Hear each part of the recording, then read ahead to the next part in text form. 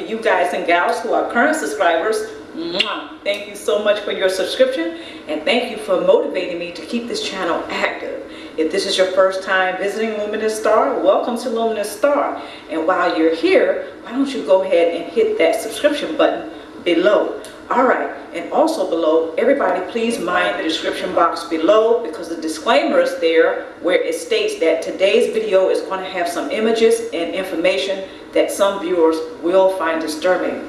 However, today's video is about narcissistic parents who run the dysfunctional family like a cult leader. So I'm going to get into what thought reforms are and get into a little bit about what cults are. So today's video again is about how narcissistic parents run the dysfunctional family like a cult leader. Enjoy the video. Earth, our home, incubator of life. The malignant narcissist has a desire deep down of bringing down other people in a way that they feel brought down. And that leads to extremes.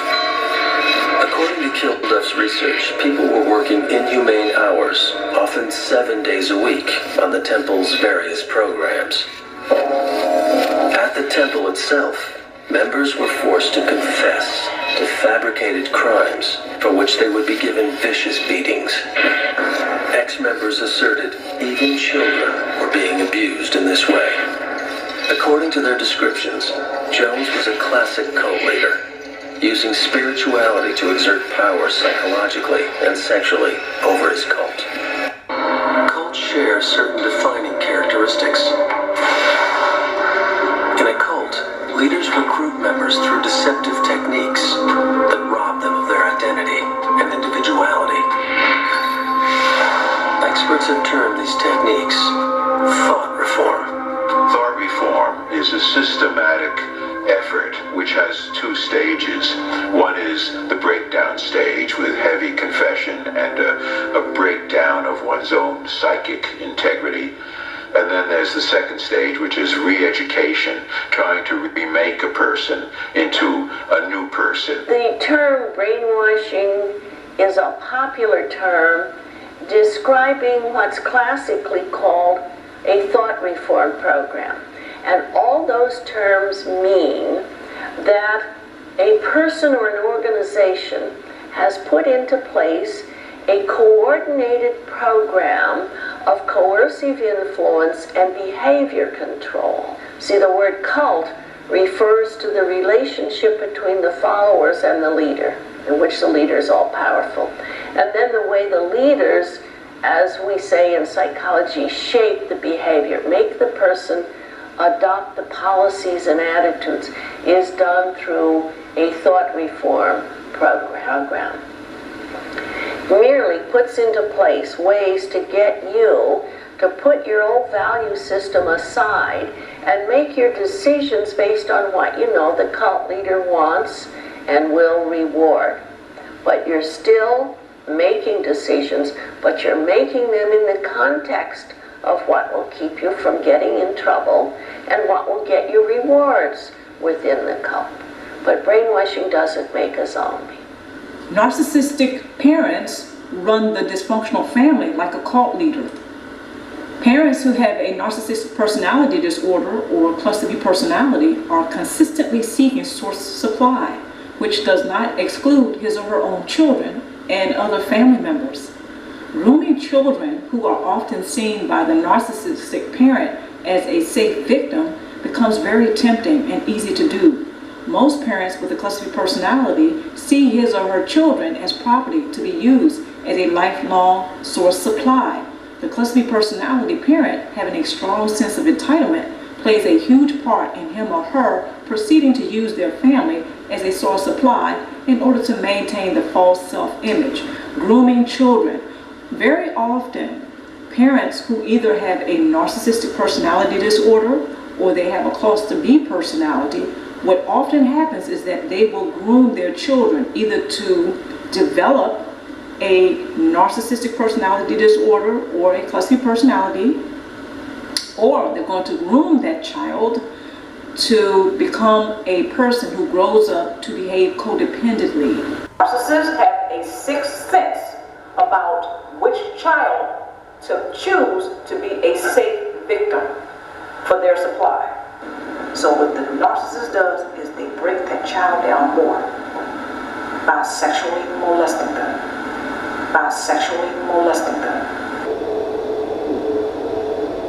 Female narcissists usually have a very strange relationship with their sons while seemingly choosing to their daughters to scapegoat. Okay, so while some female narcissists who have sons, especially the eldest son, she tends to choose the eldest son to have sexual relationships with, while she seemingly chooses the eldest daughter to scapegoat within a dysfunctional family. Very fascinating, very sick and sadistic. This is something that usually happens though with female narcissists. Not all, but you will find this. Some female narcissists will sexually molest children for source of supply. Just wanted to point that out. To you, the details of this story are graphic and they are disturbing. Today, we are learning that more charges are likely against the Grant County mother accused of raping her own children and a 2-week-old infant she was babysitting live on a webcam.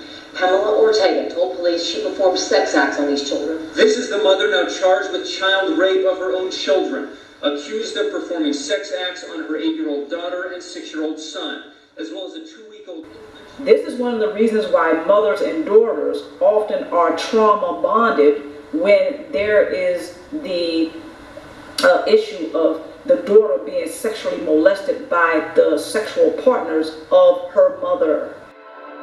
I think Jones by and large had a benign and positive image. I don't think most people knew him real well, but publicly, if you asked any political leader or social leader, they said, yeah, he's a good guy. I didn't know that he was having sex with everybody. It's easy to see now, but you don't think that the leader is nuts. So in the cases of a dysfunctional family headed by one who has a narcissistic personality disorder or who is a cluster B personality, often what is happening is that since the cluster B personality and or narcissist is always scoping for supply, they're always seeking to obtain supply, what better group to obtain supply than their own family, which is more than likely a dysfunctional family. So what's happening is that the predatory nature in the cluster B personality or the narcissistic personality disorder, right? The predatory nature is going to pretty much be at work all the time. So within the dysfunctional family, all types of abuses or various types of abuses is what's going on. And it's usually undetected by the narcissistic personality and their families' communities. So for instance, that family may go to church all the time. This is just an example. They may go to church all the time, and other people look upon that family and have no idea the horrors that are going on behind closed doors. Cults use denigration and ridicule and humiliation as a control mechanism in the following way. In the cult, it has become your new family. And your whole status in this new family depends on them liking you and treating you nice. And if the leader keeps making fun and showing that you're a dope and that you just are a bad person, then you're so humiliated all the time. And you're going to keep working, trying to get in his graces and try to get some praise from the other people, so that in a rather harmful way it's used as a motivator. It's not a mental health producing motivator. But within those tight, controlled confines, it's used to show the leader is so pure, so above it all, so powerful, and you are this lowly fowl. Are to carry the burdens, misfortunes, the ills, the consequences for all wickedness and poor choices of other family members within the dysfunctional families. Now guys, I don't know about you, but I say that is a very tall order, and it is a very wicked and satanic order. That is a horrific thing, to say the least, to put upon any child. However, it is my opinion, folks, that this is one of the main reasons why a certain child is pinpointed to be scapegoated within a dysfunctional family. It is so they can carry all the burdens, everything that is unpleasant within the family. And I don't care if we're going back generations, that one child is to carry it all. Now, I think this is satanic. The purpose of this is to cleanse the group as a whole by sacrificing the scapegoat.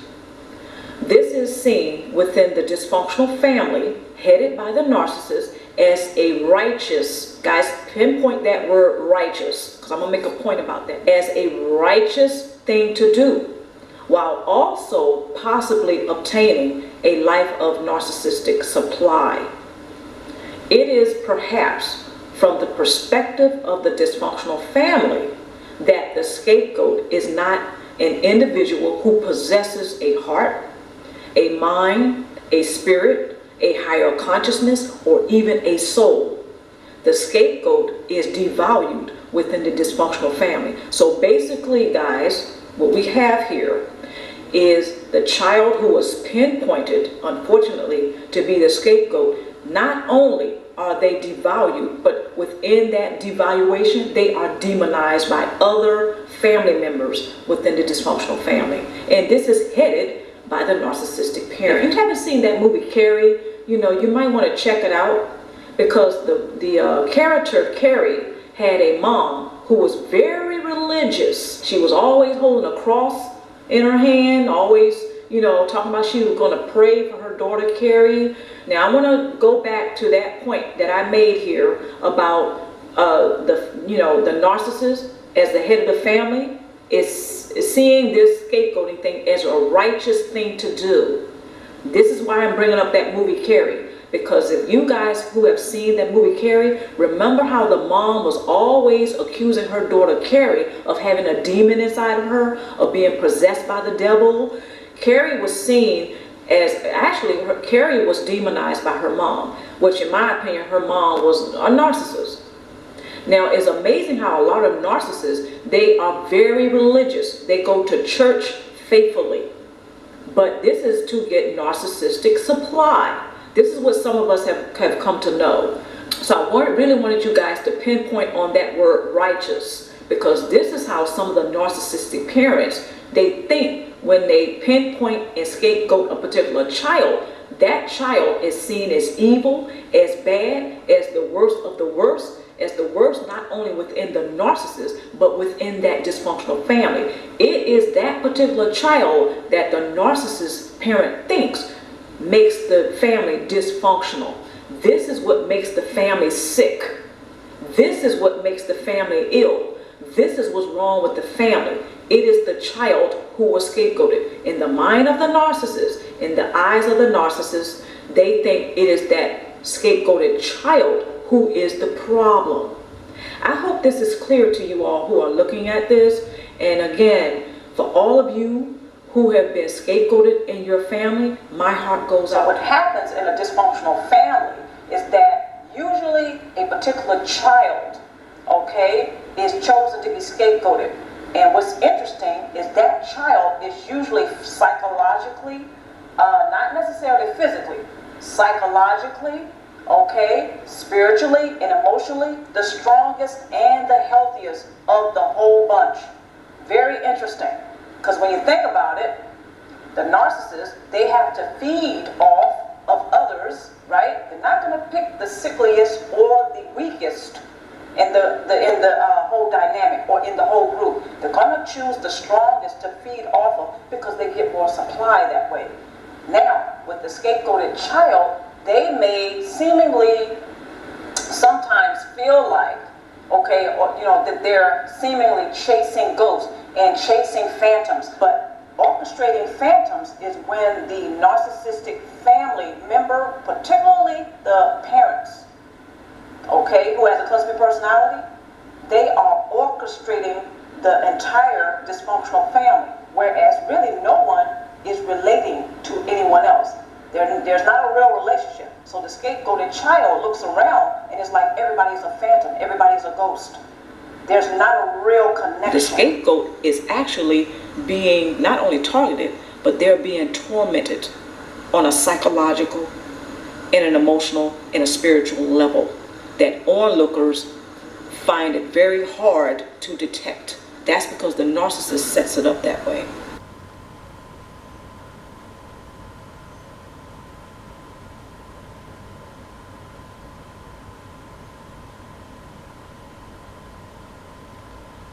When observing the addictive, obsessive, and abusive behavior of narcissists, the many details which go into their obtaining supply is very ritualistic, from gaslighting to scapegoating. This may sound pretty simple, however, it usually goes undetected by many. Narcissists sometimes have many addictions to feed, which takes priority. Simply put, they have chosen to make obtaining sources of supply a priority in their life. The ritual begins with the narcissist going on the prowl for sources of supply. While scouting for sources, they look for any and all weaknesses of their intended prey, which they seem to have a sixth sense for. This is how they smell blood, quote, unquote. Earth, our home, incubator